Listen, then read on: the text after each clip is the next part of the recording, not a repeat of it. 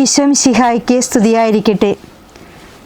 പ്രിയപ്പെട്ടവരെ, ഇന്ന് നമ്മൾ വചന വിചിന്തനത്തിനായി തിരഞ്ഞെടുത്തിരിക്കുന്നത് വിശുദ്ധ യോഹന്നാൻ്റെ സുവിശേഷം 11-ാം അധ്യായം 1 മുതൽ 25 വരെയുള്ള വചനങ്ങളാണ്.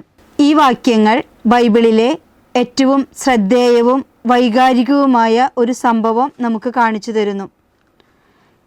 ലാസറിൻ്റെ മരണം, യേശുവിൻ്റെ പ്രതികരണം, ജീവനും ഉയർപ്പും ഞാനാണെന്നുള്ള യേശുവിൻ്റെ വെളിപ്പെടുത്തൽ. ഈ അധ്യായത്തിൽ നിന്നും നമുക്ക് മനസ്സിലാക്കാൻ കഴിയുന്ന കാര്യം, തൻ്റെ പ്രിയപ്പെട്ടവനായ ലാസർ മരിച്ചു എന്നറിഞ്ഞിട്ടും യേശു അവിടെ എത്താൻ മനഃപൂർവ്വം വൈകിയത് ദൈവഹിതം വെളിപ്പെടുത്താനാണ്. നമ്മുടെ പ്രാർത്ഥനകൾക്ക് ഉത്തരം കിട്ടാൻ വൈകുമ്പോഴും അതിനു പിന്നിലും ഒരു ദൈവഹിതമുണ്ട്.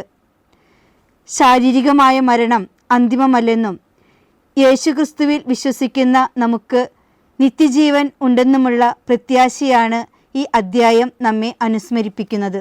നമുക്കിനി ചോദ്യോത്തരങ്ങളിലേക്ക് പ്രവേശിക്കാം. യോഹന്നാൻ്റെ സുവിശേഷത്തിൽ 11-ാം അധ്യായത്തിൽ 1 മുതൽ 16 വരെയുള്ള പ്രതിപാദ്യ വിഷയം എന്ത്? ഉത്തരം: ലാസറിൻ്റെ മരണം. മർത്തയുടെയും മറിയത്തിൻ്റെയും ഗ്രാമം എന്നറിയപ്പെടുന്നത് ഏത് ഗ്രാമം? ഉത്തരം: ബഥാനിയ. ബഥാനിയ എന്ന വാക്കിന് അർത്ഥം എന്ത്? ഉത്തരം: അനന്യായുടെ ഭവനം. സുഗന്ധ തൈലം കൊണ്ട് കർത്താവിനെ പൂശുകയും തൻ്റെ തലമുടി കൊണ്ട് അവൻ്റെ പാദങ്ങൾ തുടയ്ക്കുകയും ചെയ്ത സ്ത്രീയുടെ പേര്? ഉത്തരം: മറിയം. മർത്തയുടെയും മറിയത്തിൻ്റെയും സഹോദരൻ്റെ പേര്? ഉത്തരം: ലാസർ.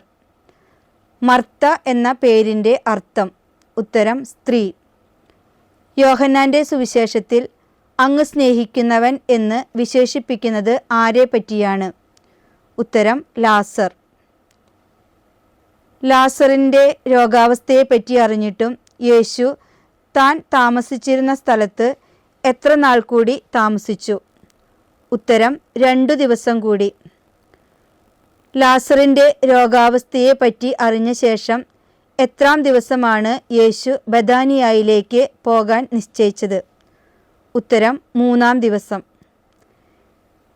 യേശു പകലിന് എത്ര മണിക്കൂർ ഉള്ളതായിട്ടാണ് കണക്ക് കൂട്ടിയത്? ഉത്തരം: 12 മണിക്കൂർ.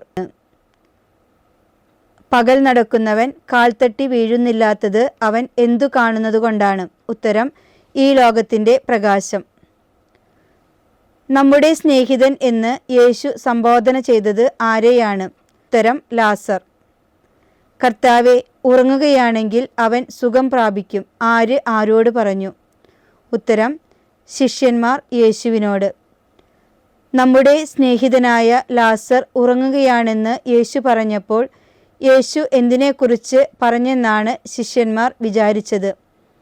ഉത്തരം: നിദ്രയുടെ വിശ്രമത്തെക്കുറിച്ച്. ലാസർ ഉറങ്ങുകയാണ് എന്ന് യേശു പറഞ്ഞപ്പോൾ താൻ എന്തിനെക്കുറിച്ചാണ് സംസാരിച്ചതെന്നാണ് യേശു വ്യക്തമാക്കിയത്? ഉത്തരം: ലാസറിൻ്റെ മരണം. നമുക്കും അവനോടൊപ്പം മരിക്കാൻ പോകാം എന്ന് പറഞ്ഞതാര്? ഉത്തരം: തോമസ് അപ്പസ്തോലൻ. ബഥാനിയ ജെറുസലേമിൽ നിന്ന് എത്രമാത്രം ദൂരത്തായിരുന്നു? ഉത്തരം: ഏകദേശം 15 സ്താദിയോൻ. ലാസറിൻ്റെ മരണത്തിൽ മർത്തയെയും മറിയത്തെയും അനുശോചനം അറിയിക്കാൻ വന്നവർ ആരായിരുന്നു? ഉത്തരം: യഹൂദർ. കർത്താവെ, നീ ഇവിടെ ഉണ്ടായിരുന്നുവെങ്കിൽ എൻ്റെ സഹോദരൻ മരിക്കുകയില്ലായിരുന്നു. ആര് ആരോട് പറഞ്ഞു?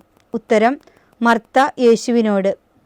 മരിച്ചുപോയ ലാസർ എപ്പോൾ ഉയർത്തെഴുന്നേൽക്കും എന്ന് തനിക്കറിയാം എന്നാണ് മർത്ത പറഞ്ഞത്? ഉത്തരം: അന്ത്യദിനത്തിലെ പുനരുത്ഥാനത്തിൽ. ഞാനാണ് പുനരുത്ഥാനവും ജീവനും. യേശു ഇത് അരുളി ചെയ്തത് ആരോട്? ഉത്തരം: മർത്തയോട്. സ്നേഹമുള്ളവരെ, നമുക്കെല്ലാവർക്കും ഈ ചോദ്യോത്തരങ്ങൾ ഏറ്റവും നന്നായി പഠിച്ചൊരുങ്ങാം. എല്ലാവരെയും ദൈവം സമൃദ്ധമായി അനുഗ്രഹിക്കട്ടെ.